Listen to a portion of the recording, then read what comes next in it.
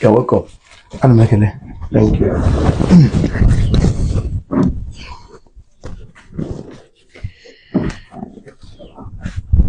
Ndi wake lemon. Yeah. Ndi wake lemon. Yeah. Yin. Yeah. Moon. Yeah. Zone. Yeah. My chief. Nah. I'm making it. You're welcome. Onye kwugi n'ihu wo Chukwemeka Ojembe Enwero. By the special grace of God, I am the emissary to the ancient Igbo Aid kingdom. The Unify Igbos Now. Unify Igbos Now njem anyị na-aga iji kpakọta Igbo ọnụ. Igbo ndị nọ ebe ahụ a na-ahụta n'ọwụ South East dịka unu Yeah. ebe a nọ ebe Benue State. So Benue. Ekwute okwu Benue State, ụfọdụ ndị ga-echesi ọwa ala ndị Igbo. O zikwerele ha mana ndị Igbo ahụ nọkwa n'ebe a ka ihe a ga-akpọzi ha otu unu dị. Ọwụ sọsọ ebe a ka enwere such uniqueness. Enwere ya na Cross River. Enwere ya na Edo. Enwekwara ụdịrị ihe a na Bayelsa. Nwe ya na Kogi. River State anyị ma ya na Akwa Ibom. Enwere ya na Delta anyị makwa. Igbo nwoke mba. Igbo buru ibu. Yes. Ọ bụrụ na anyị lewe ihe Nigerian history na-ede, anyị agaghị achọ ụmụnne anyị. Mana ebe a m kwụta anọ m n'etiti ndị Igbo. Yes. Na-asụ Igbo. Onwe onye a ga-akọwara ihe m na-asụ taa. Ọtụtụ okwu dị mana anyị ga-ebidogodi. Ihe a wụ leta si n'aka His Royal Majesty Eze Chukwuemeka Eri, Eze Akajiọfọ Igbo, Eze Ọra the 34th, the present occupant of the ancient Igbo Aid kingdom. Ihe a wụ leta a na-epresentịrị gị ka ị nwee ike bịa with your cabinet bịa na Aguleri on the 1st, 2nd and 3rd of November 2024. Ebe a ka anyị ga-aghọta ọtụtụ ihe gbasara Igbo. Ọtụtụ ihe gbasara Igbo dị iche iche. Eze His Royal Majesty ga-achọ ka ndị Igbo nọ na Benue State nwee ike bịarute. Leta gị nọ n'ime ya. Ọzọ ka ibe ya wụ anụkata m bịawa ebe a. Ọ ndị Igbo zinyere anyị.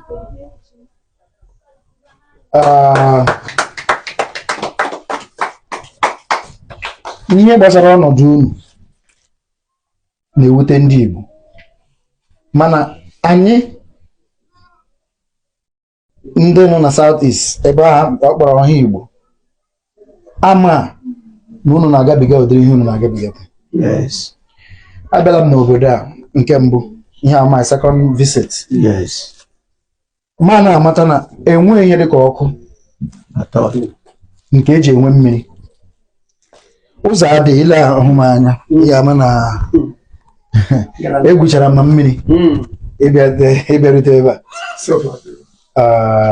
Ihe isi ike nọ ebe a. Nke anyị bịara bịa zipụta ụmụ Igbo si lekwe ụmụnne anyị ndị nọ na Benue biko na nwoke ụtọ ọ dị. Ofu nwanne anyị onye Igbo na ndị Igbo ndị ọzọ, nwanne anyị a na-akpọ Maazị Ernest Kanu wee zie anyị sị mba na anyị ka anyị bidogodi na ọ bụrụ na a ga-enwe nkwado na a ga-enwe development na a ga-enwe ọkụ. Ya sị ka etigodi solar light ka echigo solar street light. Thank you. Onwe onye ziri anyị n'ebe a, mana atụmatụ ka ịgwa gị na ndị Igbo ha nwere mmasị n'ebe unu Igbo anyị n'ebe anyị. Ihe na ebe a wụ sola. Ụfọdụ anyị ga-ebidogodo ebe a. Anyị ga-achọ ọ bụrụ na anyị tinye ihe ndị nke aka ihe edigodi n'abalị, because anyị ma na n'abalị ebe a agị m ehili ebe ịgwala m ka m ihe ebe taa agị m ehili mebi mgbe ọzọ agị m akwado mana taa akwado m agị m ehili ebe a taa. Ọ bụrụ na etinye gị street light a ebe ụkwụ na-aga, at least ahụ ihe. Ihe ọzọ anyị ga-eleba anya wụ maka na unu nwere ụmụ akwụkwọ ndị na-eto eto, nwee ndị na-aga akwụkwọ. O nwekwara onye Igbo ọzọ kwere nkwa na ọ ga-edonate solar lamp to ndị ga-ele exam ofu maka na anyị kwuo okwu ịdọbata eletrik, o nwere ike itewe anya, mana ama m na ndị Igbo na-ege olu ga-ama ga-emekwa ihe. Okwu ụzọ ga-abịa, mana nke ugbu a anyị bịagodiri ka anyị fixe this solar energy street light. Ihe ga na-apawa ya wụ na amarala solar ọ anwụ. And unu na-enwe ọtụtụ anwụ ebe. Unu na-enwe mmiri, unu na-enwekwa anwụ. So nke a ga-amount ya, ọ dị mkpụrụ ole na ole. Ụmụ Igbo kwadokwara ya. Outside Mr. Ernest, anyị nwere ọtụtụ ndị Igbo kwadoro n'ụzọ dị iche iche, maka na ibi ebe a sọsọ na cost anyị virtually ebe 200 to 300,000 naira. Ọ dịghịzi. Ọzọ dịka ibe ya, ihe na-akwado ọbịbịa anyị ebe a wụ otu nke a kpọrọ ndị Igbo Cultural and Social Enlightenment for Unity Foundation. Ọ ya na-ewetara unu Igbo Aid n'ala Igbo for development. Ọ ya wụ ihe anyị na-ahụta. Ihe anyị na-arịọ ọwụ ka udo na-achị n'ala Igbo, ka anyị nwee ike kpakọọ ọnụ, ka anyị nwee ike mekọọ ihe n'ofu olu, maka na asị Igbo na-asụ n'olu mana anyị kwa ụkwara ya wuru ofu, ka udo chia n'ala Igbo. Ise.